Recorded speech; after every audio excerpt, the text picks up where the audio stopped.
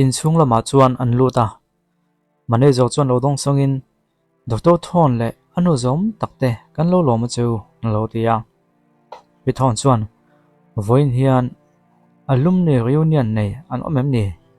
khoya ngen om tin zota e o ome private room number 1 an om kalo khoyang chu heta hian khongai tin an khoi phaya lelama chuan Grace chuan mia enthil ngi ti an ti chuan Grace me chirai chuan zu in theilo in ti thuen ni lom ni Raipuar in zu in hian enge thleng don ti hi kan lo en don ani mi zong ma fin fi ole chu baka naw I pai tong hian I pasal alain lan ngai mi lo boka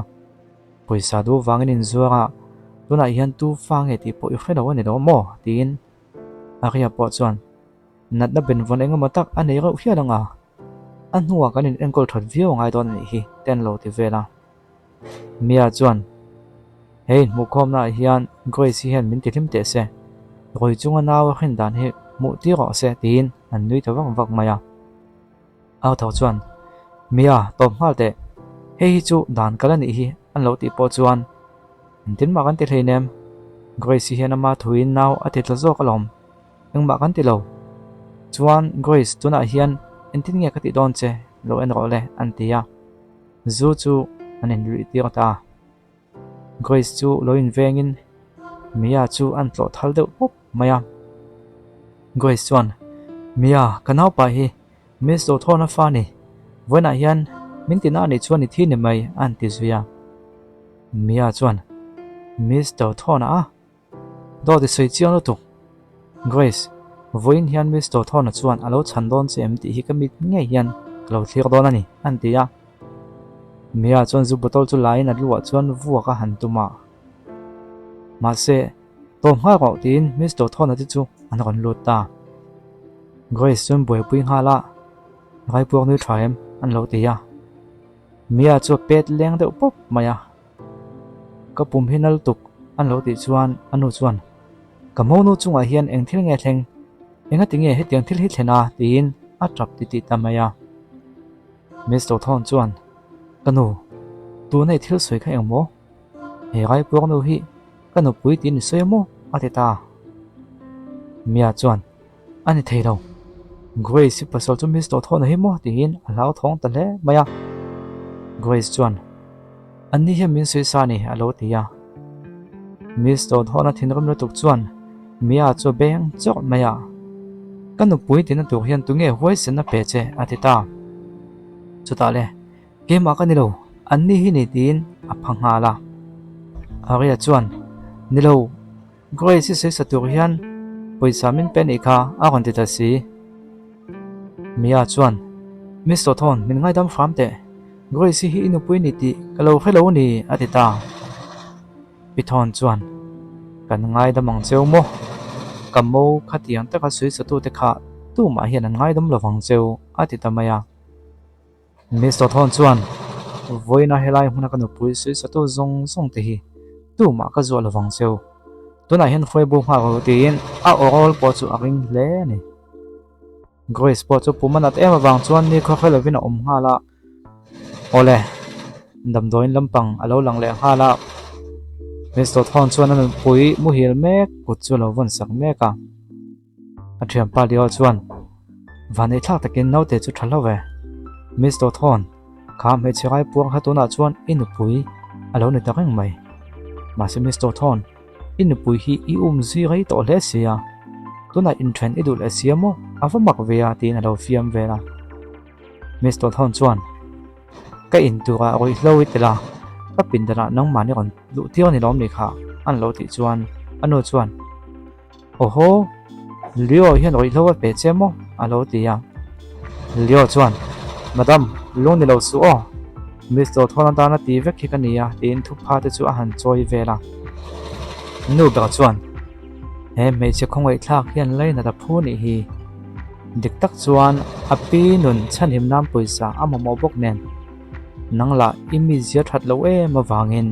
nupui po I hmuzo lawang ti lo hlaw mana inram siamin inupui tan kalo thang tamai ni kha atita miss do thon chuan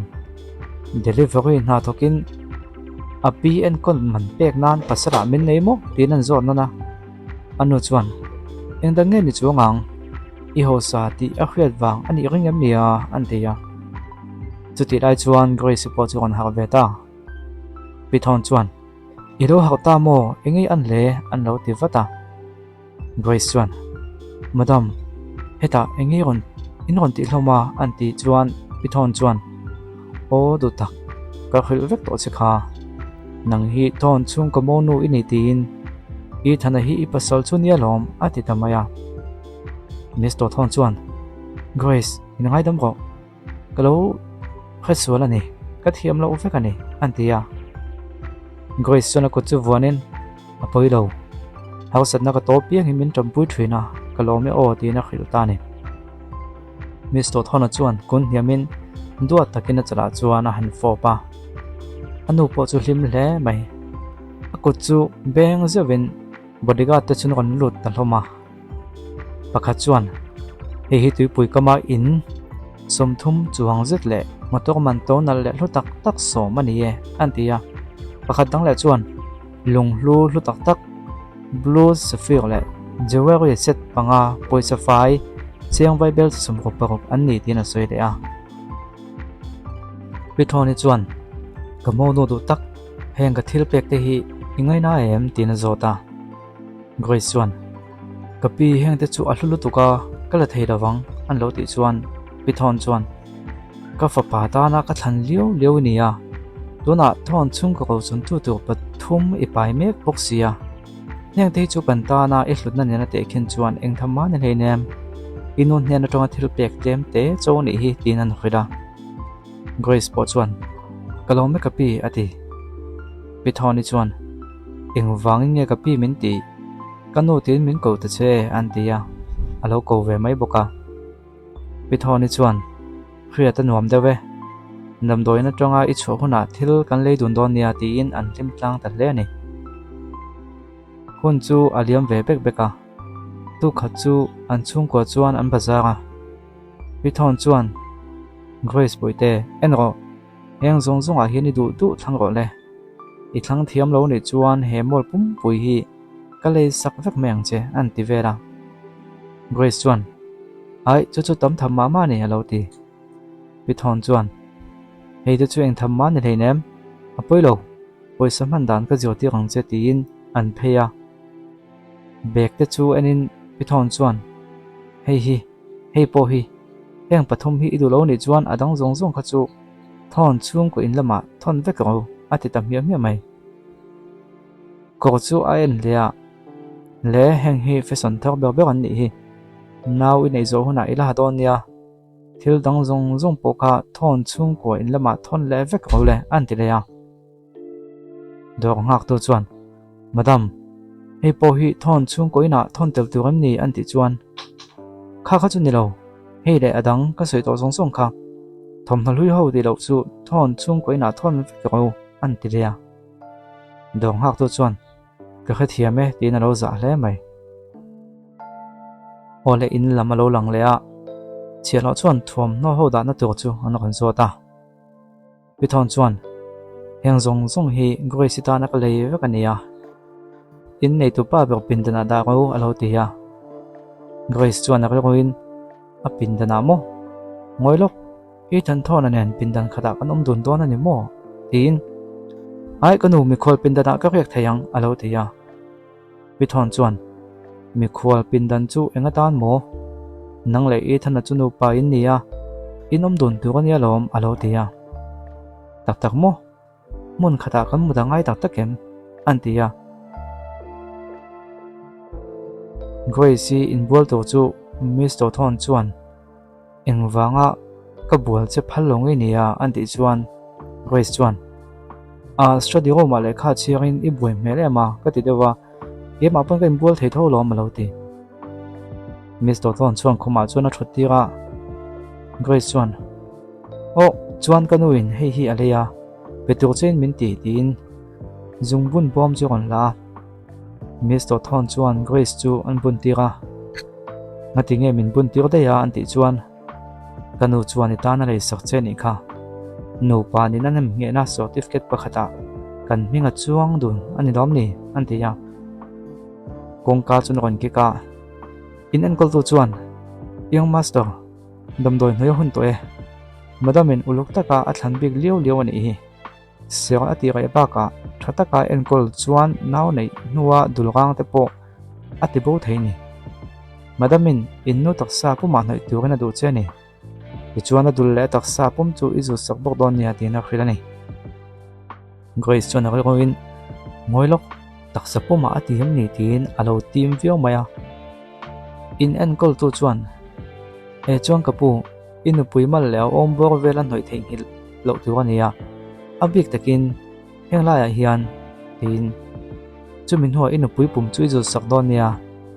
englai ma kha mai lo turania o tin a khil thlap zuya ole tin ala grace in hena chuan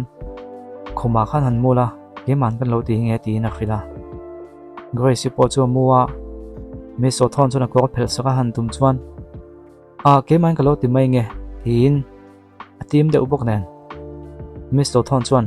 hadam ro tia khidin dam doi chu an noya atira chuan a thip lekanga ma seri do ten nuwa ivuna hian alut thuai mai ang tin an zuta grace chuan engei tia alo ti chuan me so thon chuan kanu khani taksa puma noi tu atia ni lom ni heta po hian an ti chuan ani chuan ti thoi thoi ro alo tia chutia a noi vel chu grace chuan team devin amitte alo chinga mr thona chuan kiss tu mina vanai ma se grace chuan itan thon izo to hem tia a ron meng chu nai taka chuan anin enta chuti lai chuan mr thona phone chu ro ria phone kan chang lo ka nge lo mu hadam ro tin a chua ka vin deuh lo chuan leo min ron biak chan hi til man mo tlak tak ani lo ve chuan tia soi zo ma chuan mr thon in pani in ka thil limom tak ka ron ti boi chem nia chu wang ne mo i thina ka em tin ron uang le deuh waka mr thon chuan thil poi mo tak ke sei lo ni chuan ka ron kalanga ka ron sui so hab don chenia an ti chuan ole zanri bo sei tu min ti kha ka pe fel tho khatwe mi khual som te hi ron nem het la ka du ni ma se a university a kal pui thin te kha isom tak tak don hem nia an ti chuan mi so thon chuan ka khidang che khan ti la zona min zot tam to su alo ti deuh mak maya ko la da no chuan ti hian ngai to Verodia city mi chal long zong ka ko khom vek anga mi zong ma ani na dik tak ka puang don ani chu tiang ani chuan tu man an ti buai ngam to lawang tin jing lo nia chia lo pan hi chan lo ti me ka ngoi si ron chuk ti khadovin pakhat chuan engwang nge mi sto thon hian zan roi ei khom na bu sei tum thut le alo ti pakhat chuan voin chu madam thon po alim mel khop mai mi sto thon ate in nei na tu ani mel khop mai tin nan lo soya pakhat zok chuan in nei na Mrs. Tony hi Raipuar view box ya mo ko a thei don nem mani le an ti chuan pakhat chuan he ina mek nen hian anin nei don lo po ni mai the sin yung master thona din mun hengai to ta che ani yang million lu tok tan chuan am ang rual mi chung nung ve tak anei ang chu ngoi si te chu chia lo na thok ve mai thwin ani kha an ti ya lio chu on lu thoten ti tur dangin nei lo vem ni Mr. Thon ale anu pui chan chin hi engtin nge in suingam zok thon chung ko hian omrang in du lo ni mo a kan ti chuan lo mel tak chuan uncle som hal ta daya lio chuan unau nu kalo zong chia zan ri ei khom hun tur hi ala tha dewa ta hian pak oma idu chuan lo vein ti ha ri ta che an lo tia grace chuan kalo me halo ti lom thu se ngai lo ve uncle photange ti na kal ve le tang hala kin dewa chuan tloi le abial pa te chuan on kala dutak evau pui tak em hetiang thil chang kang lo tokhe kala mungai lo lo tim hol mol maya abial pa mane zo chuan ako pui khop mai ti ro tin an ma zona goi si on kal an mu chuan lo chuan goi sin heta enge ti ve a hotel a khana thok thina ni rom ni naw pai sia poisa mo wangin naw tu na a ron thok ani lo mo an ti chuan abial pa chuan he me chhai puak hi goi si mo an tia o kan university classmate tenen kan hmule nun bek khachu hotel a khana nia thon chung kwa hian naw tu na thok turin aron kalani nge yang chutiang ani lo chuan hetiang mi bik te omna hmana hin engtin nge ron lu theiang an tia Grace local chu lo dangin Grace chuan lo hetai ngei ti an ti chuan lo chuan ka pasal hi VIP guest ania hi po hi kan ve bok nang anga chia thon ha thoka miss to thon a thleng thuk tum phe tang kha kan ve le nem alo ti deuh zek maya Grace chuan voin chu nang nen hian in hel ka peilo nia alo ti kalsan mai an tum chu alo chela ma se Grace chuan koile tin tlo chu ain tau trap tlo chuan kek chu abeng thaloi boka Grace chuan tlo engi khriata anti chuan Grace tuna hian hi define ngal ko montify tu ni kha ithiam vi awang chu tin an sen le a Grace chuan engwang chuan mo alo ti tlo la chuan a chan chu ke chuan pasal thatak kan ewangin mole ka pasal hi thon enterprise branch pakhata manager ania nangpo thiam nei nei ni chuan mi Hausa te nei ve da che an lo tia Grace chuan lo i pasal laka pangchan i duni te chuan aro ka ti tu ania van tlang ma heting hin moi lo takin khu sa su an ti chuan tlo chuan abial pan hela chuan dutak en ta che he mei che min ti dan hi en tik lai pon heting hem nim hosi thina nangpo za mi lo che ni hi tin an fui poa Grace Carlson tu chu manager chuan ka bial no ta sei khai khalo wem ni tuna hian hela hi ti fai nga ro chuan thun ngai dam dil nga la tin a chel betta Grace chuan ka ti om lo e mai lo tia chu ta tlo chuan Grace chu beng ta a ko ta zungbun chu manager nan mu chuan he zungbun hi miss to thona zungbun nen avain angve miss to thona le anu puim hel thatak khan zungbun in angan pun thrin an tia hem he che hi miss to thona nu pui chu ani thei mai angem an tia ava kai tho lein in ngai dam ro Mrs Thon nang ma ini ti ka halo che ni atita lo chuan du tak i khsuala ni chu Grace hi chu son pai mai ni hi enting e miss to thona nu pui ni theiang miss to thona te ang mi Hausa chuan hetiang mai che hi an du don lo phrim an tia apia mi te chuan ma se kha zungbun kha chu miss to thona ta nge ni kha khovela tlem te chon siam chuak ani kha nei a haklu tup an lo tia tlo chuan do tak Grace hi hotel a tholai po khan anung chang a thato lo phrim he zungbun hi a gok chuan nge yang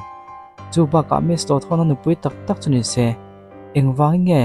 bon lak le to tak tak a hin bel lo te lu lang ni an lo te le a chuta mane zo chuan Grace chu nam lein enting e miss to thona zungbun chu i khok ngam zo ka ti na kok ta tlo chuan Grace son ni pai to ba ka tuna thil i ole ngalamo an tia Grace chuan tlo i do sei kha simte an lo ti chuan ani chuan kha zungbun kha khoi tonga on om nge ni miss to thonan a pe che ti chu soi mi song che an ti chuan Grace chuan te rang mai i tan thonan min pe ka ni hi alo ti ta mi maya ola chun zom chu episode dot le kan ron tianga alo chu hun lo changola kan lo ti chuak le vat non ya o